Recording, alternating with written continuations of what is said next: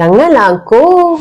Kalaulah tak nak berterima kasih pun, berdiam diri dan bersyukur sajalah. Bantuan yang diberikan kami secara percuma tu, kami tak minta bayaran daripada kamu pun. Bahkan kami bantu anda semua, tak kala kami pun sendiri berhadapan dengan banjir yang besar. Bukan sahaja pihak swasta bantu negara kamu, bahkan Perdana Menteri Malaysia sendiri pun dah umumkan bantuan sebanyak RM500 untuk pelajar kamu yang terkesan dalam banjir di Malaysia. Rakyat di negara anda sendiri pun jelas berterima kasih pada kami. Bahkan mereka sendiri pun mempersoalkan kelewatan bantuan anda yang terhadap mereka. Jadi sebagai wakil rakyat Malaysia, saya akan pertahankan imej negara saya. Kalaulah ada siapa-siapa yang berani kritik negara kami, mereka pun harus bersedia berhadapan dengan kritikan kami. Apapun tahniah kepada kerajaan dan juga rakyat Malaysia yang bertungkus lumus membantu warga Indonesia yang ditimpa bencana, dan kepada rakyat Indonesia kami mendoakan kesejahteraan kepada anda semua. Kami pun turut merasa kesulitan anda meskipun kami turut berhadapan kesulitan yang sama. Video ni khas untuk orang-orang Indonesia. Saya just nak bagi nasihat sikit kepada orang Indonesia. Tolong jangan undi ataupun vote pemimpin sekarang yang ada ni. Kerana pemimpin korang ni sekarang ni tak ada kepala otak. Otaknya tiada di sini, tiada. Saya jual perfume, saya nak ekspor perfume saya pergi ke Indonesia. Macam-macam kekangan, itulah inilah. Saya faham. Alasan dia adalah untuk protect local product. Okey, kita faham. Tapi bila Malaysia pergi hantar bantuan pergi ke Aceh, itu pun nak dipersulitkan. Saya rasa otak pemimpin korang ni memang tak berfungsi. Otak tak ada. Kita ni cuba nak bantu orang-orang yang dalam kesusahan, nak hilangkan sedikit kesedihan diorang, tapi nak kena cukai lah. Alasan dia pasal tidak diisytiharkan darurat nasional lagi. So saya harap orang-orang Indonesia gunakan akal fikiran korang. Next election, tolong jangan vote pemimpin-pemimpin yang tadi.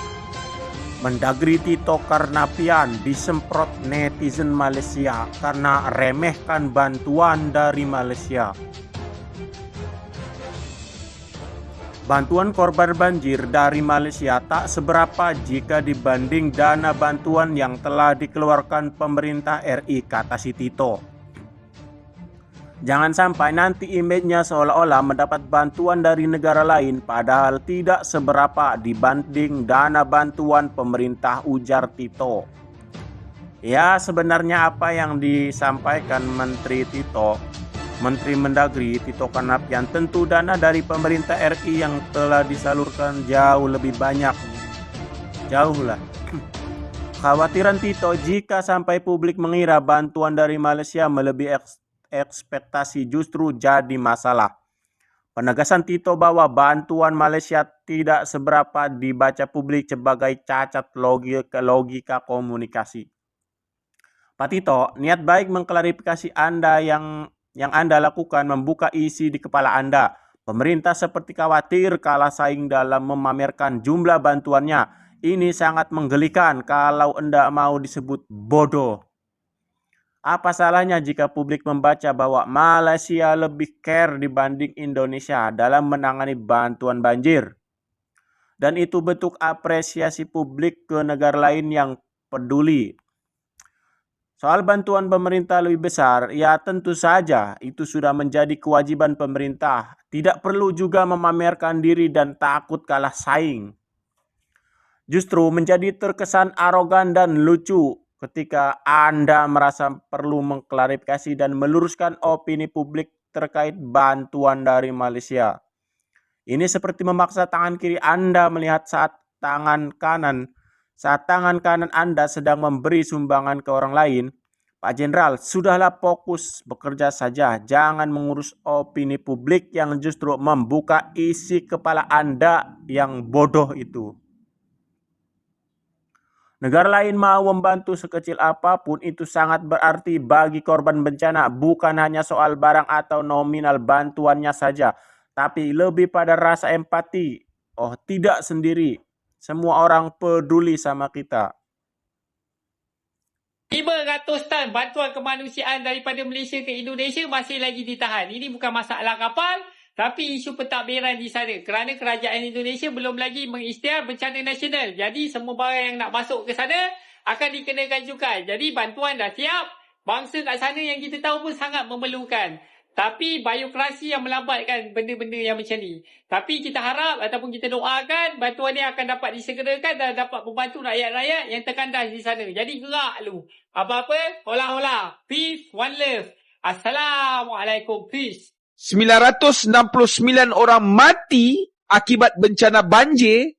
Kerajaan Indonesia duk sibuk nak kira cukai. Ini bukan file Netflix. Bukan cerita Tamil. Inilah realiti Indonesia hari ini. Entah berapa juta orang sumbangkan untuk bantuan banjir ni.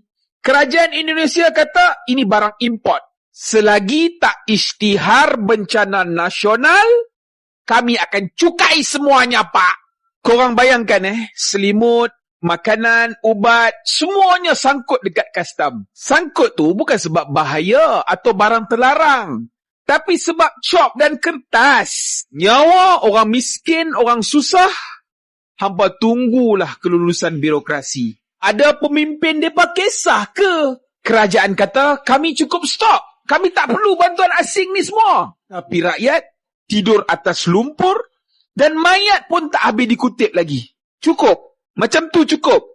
Cukup sekadar di atas kertas, di lapangan gagal. Kalau empati pun boleh dicukai, ini bukan kerajaan berdaulat. Ini sistem yang hilang ihsan, hilang sifat kemanusiaan. Hampa kena share video ini. Sebab esok lusa mungkin giliran negara kita pun dikasih bantuan medis dan obat-obatan dari Malaysia kok malah ngedumel, Pak. Kok nggak ngucapin terima kasih, Pak? Malah dihitung-hitungkan sampai 1 miliar lah. Negara bisa ngasih lebih besar lah, Pak. Minimal ucapin terima kasih. Terima kasih. Orang kalau lagi sakit, Pak, dijenguk aja udah seneng. Apalagi dikasih buah, apalagi dikasih obat-obatan. Ucapin, Pak, terima kasih. Terima kasih. Upin, Ipin, Mail, Mei, Ehsan, Fizi, Boboiboy. Maafin Susanti ya. Susanti nggak tahu apa-apa. Dia nggak terlibat.